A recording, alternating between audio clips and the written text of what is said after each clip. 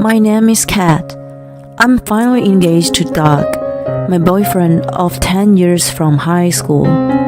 Since we've been visiting each other's houses for a long time, we already know the families well. We're only in our late 20s, but already have the vibe of a mature couple. You're finally going to be my daughter-in-law. I've been waiting for it. I'm also happy to finally be Mistress Jones like you. Doug's mother, Stacy, was so excited once the wedding preparation started. I adored her, who was always smiling and caring, and started to call her mom over the past 10 years. By the way, where's Doug? We can't decide on the seating if he's not here. I also need to ask him about his rehearsal. I'm at her house to go over the details of our wedding. He and I had different engagements, so we were supposed to meet there. Oh, he texted me earlier that he got some urgent things to take care of. He said we could decide ourselves. He's so irresponsible. Don't mind him. She frowned at her son's nonchalance. It reminds me of the time when I was waiting for him here using his house key and you came back before him. Oh, right. That was during the summer. I remember he didn't come back for a while, so we had fun chatting away. He supposedly bumped into the friend and ended up hanging out with him at the time. His habit of canceling plans has been going on for a long time. I got used to dealing with it after 10 years. Stacy and I reminisced about the past while working on the wedding plan together. Doug kept canceling the preparation for our wedding after that. His habits seemed to get worse than before, and he was aware of it himself. I know I'm acting weird lately. Perhaps I got pre-wedding blues. I'll get over it soon, so please be patient with me. I reluctantly showed my understanding when he excused himself, but I actually wanted him to apologize instead of asking me to tolerate him. Wasn't it usually the bride who had the pre-wedding blues? Besides, was he really that sensitive? Never mind. By the way, what should we do for our honeymoon? Where do you want to go? I'm not keen to go overseas. I can't speak any other language than English anyway.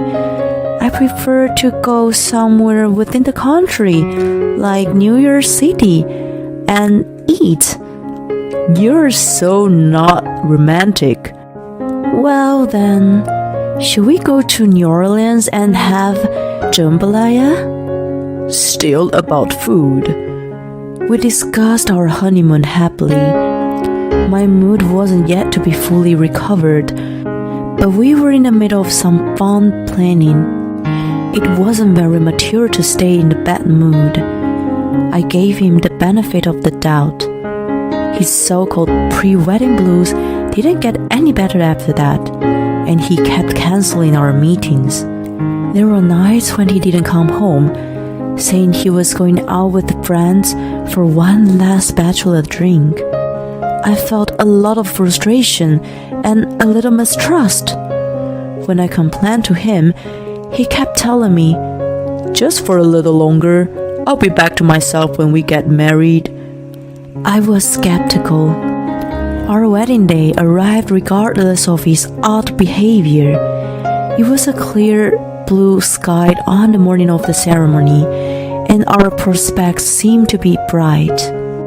After 10 years of dating, we finally became a married couple, watched over by old friends, relatives, and colleagues.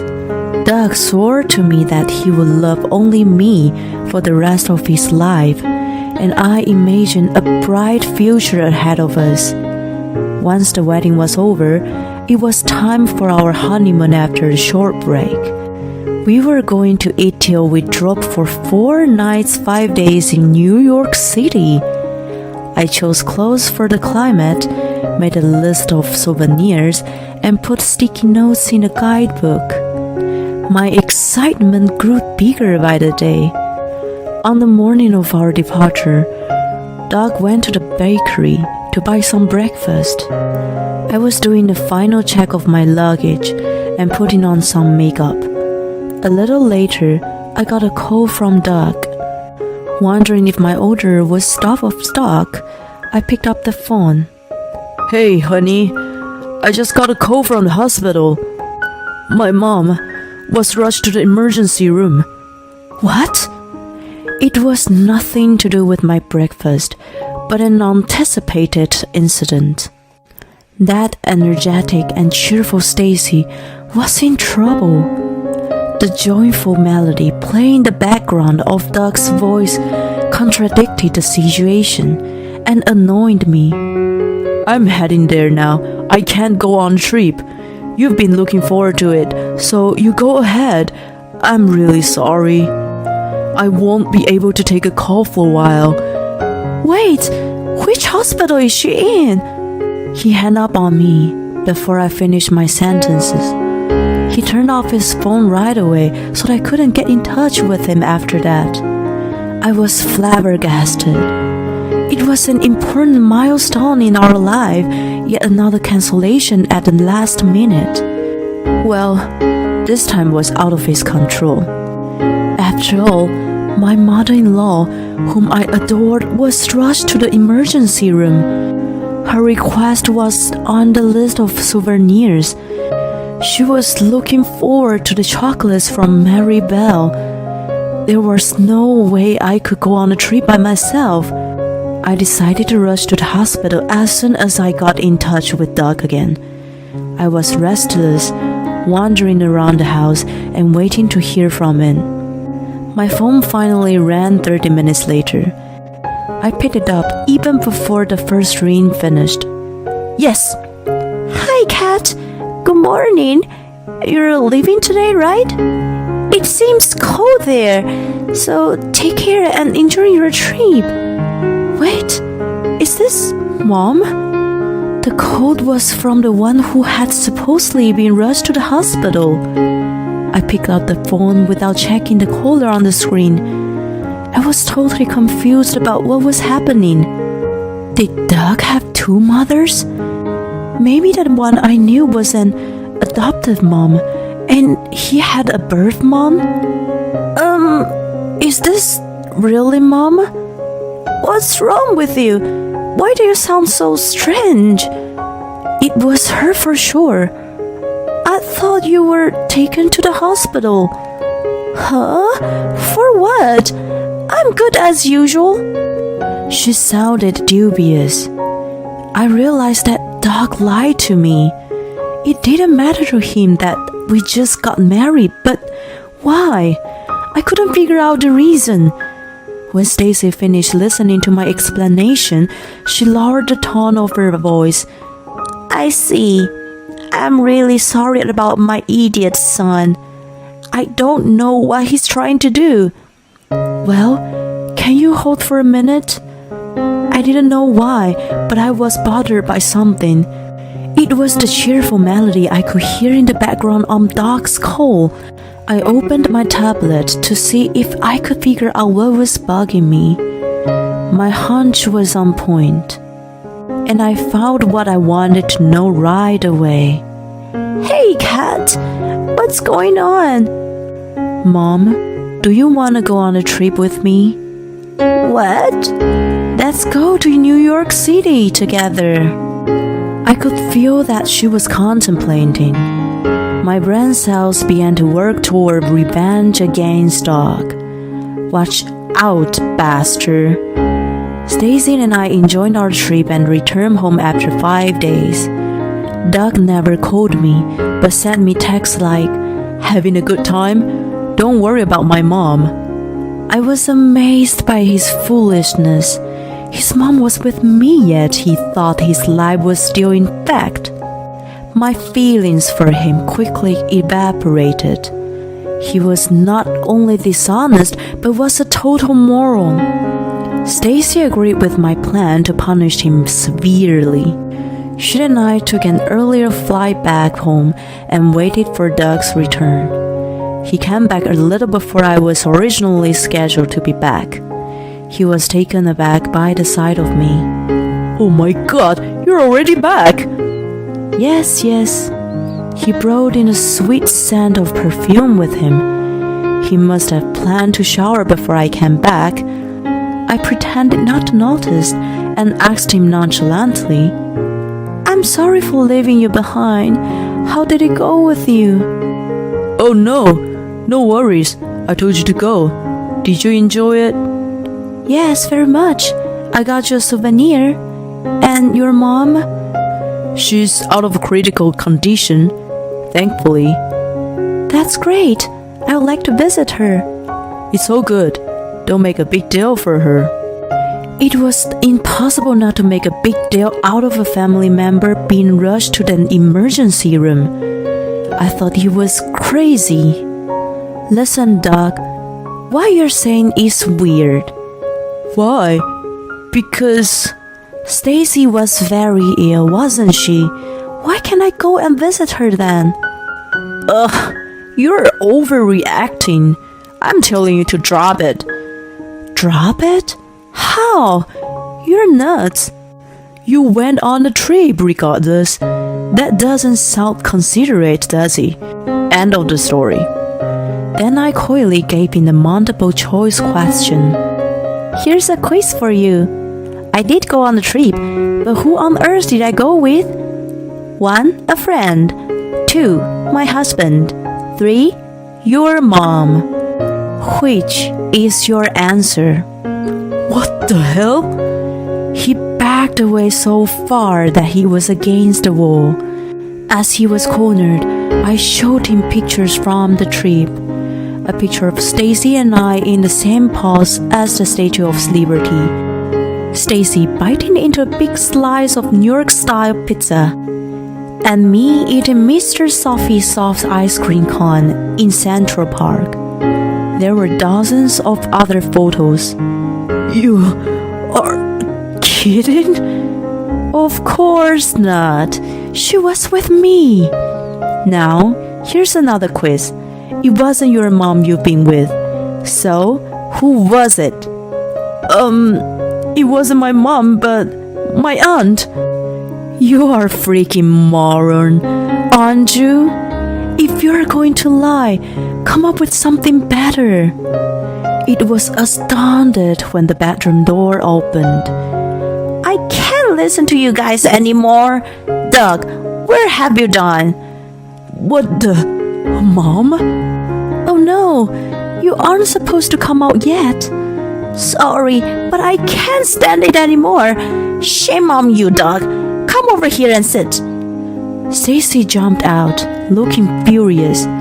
She had him sit in a chair and stood beside him in rage. Where have you been the past 5 days? Where's your motive to making your aunt and me sick? He flustered, looking pale as a ghost. Explain, and don't you dare lie to me. He was like a lobster on the kitchen counter. His fate was to be cooked by his mom and me, although he didn't look so tasty. To sum up his story, which he explained in agitation, he was indeed cheating on me. It was a fling in the beginning. He and I had been dating since high school, so he didn't know any other women. He thought it was a shame, so he came up with the idea of playing the field in his remaining days of bachelorhood. His motive for cheating was too ridiculous that it infuriated me more. If he had just gone to a strip club, I could have turned a blind eye, but he chose adultery. And the adulteress was his co-worker, whom we had invited to our wedding. They both had such thick skin. The reason he kept canceling our pre-wedding meetings was to hang out with her. When the ceremony was done, so was the fling, he thought. He made a chance to be alone with her during the reception and told her it was over for them. However, she had fallen for me and resisted breaking up. She used threats like, "I would tell everyone at work about us when you're away on a honeymoon trip. Don't go if you don't want me to do that. I'm not going to break up with you." Their discussion was tangled up until the day of our honeymoon. The reason he suddenly canceled the trip was to calm his adulteress from going out of control. But I already knew his story contradicted the truth. He didn't decide to cancel on the day, but had already decided way before. When Stacy called me, I found out his lie. When I had checked on my tablet that day was his credit card statement, which showed a record of Amtrak and hotel name. The destination was New Orleans. It was one of the potential honeymoon spots for us. The payment was made 2 weeks ago, and there was no sign of cancellation. Taking all that into that account, it meant that he originally planned to cancel his honeymoon and go to New Orleans with his adulteress. I also checked the cheerful music playing behind his rubbish call on social media.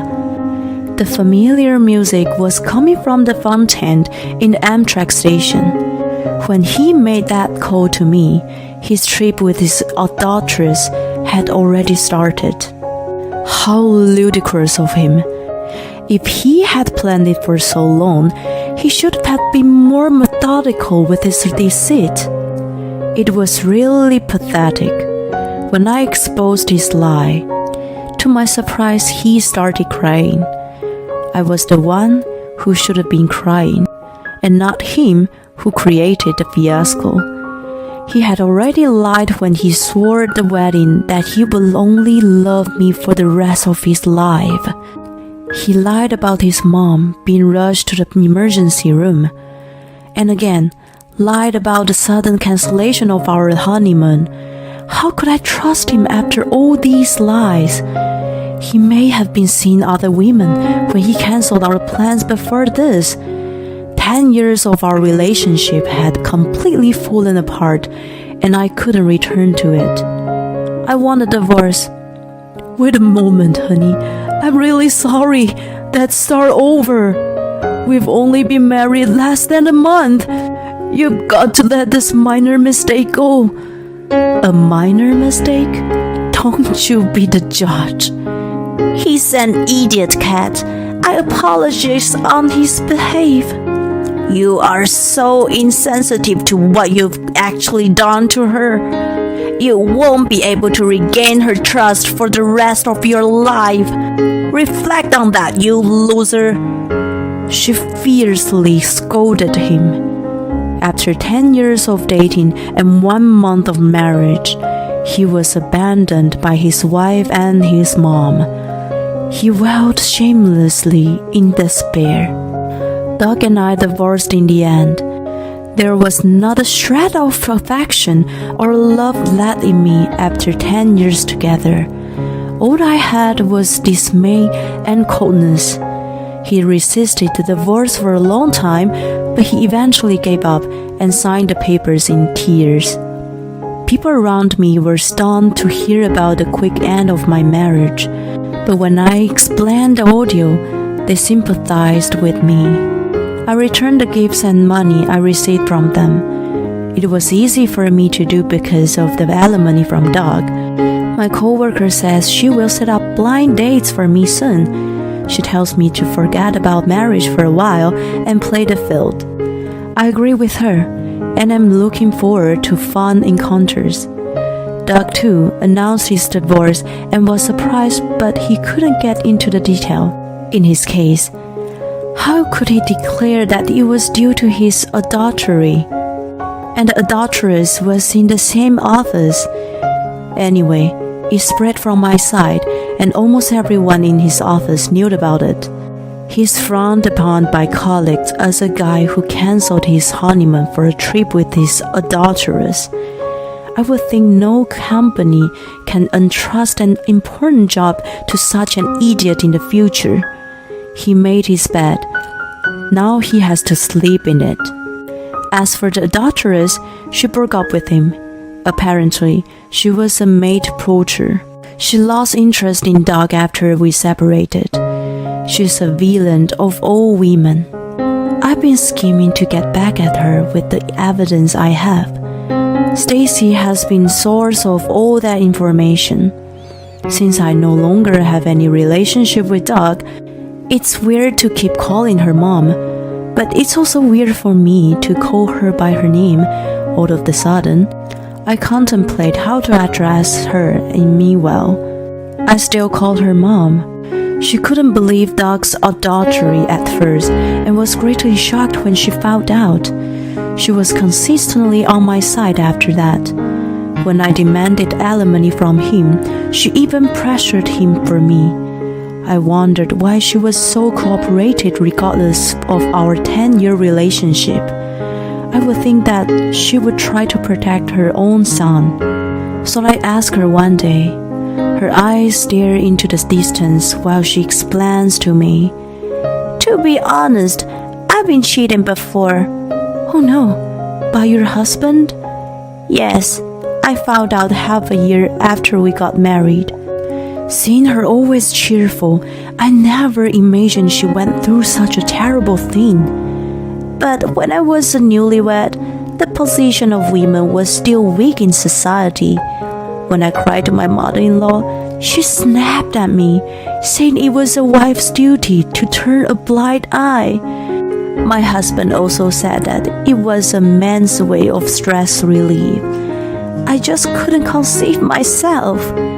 The mistrust I developed then has never left me. I'm sorry. So, I had to try a little harder as a consolation to the old me. She looks at me and smiles mischievously. Never mind me, but your life is just beginning. I'm glad that you become my daughter-in-law, even if it was only for a short time. Thank you for inviting me on the trip too. I was so happy that I could choose my own chocolates. I templated for a bit and then asked her, well, if you don't mind, can we continue to be good friends? Not as my mother-in-law, but as a real friend. I would love to, but won't it be too painful for you? You would be reminded of Doc, wouldn't you? Not at all. You've been so kind to me, so I'm much better now. Are you sure? Sure. I'm really over him and the whole ordeal now. She contemplates a bit and then says, well, I'm happy to be your friend. Will you take a trip with me again? Of course. She gives me a giddy smile. Doc and I parted in a messy way, but I still adore her. We get along so well. I'm going to secretly practice calling her by name by the next time I see her.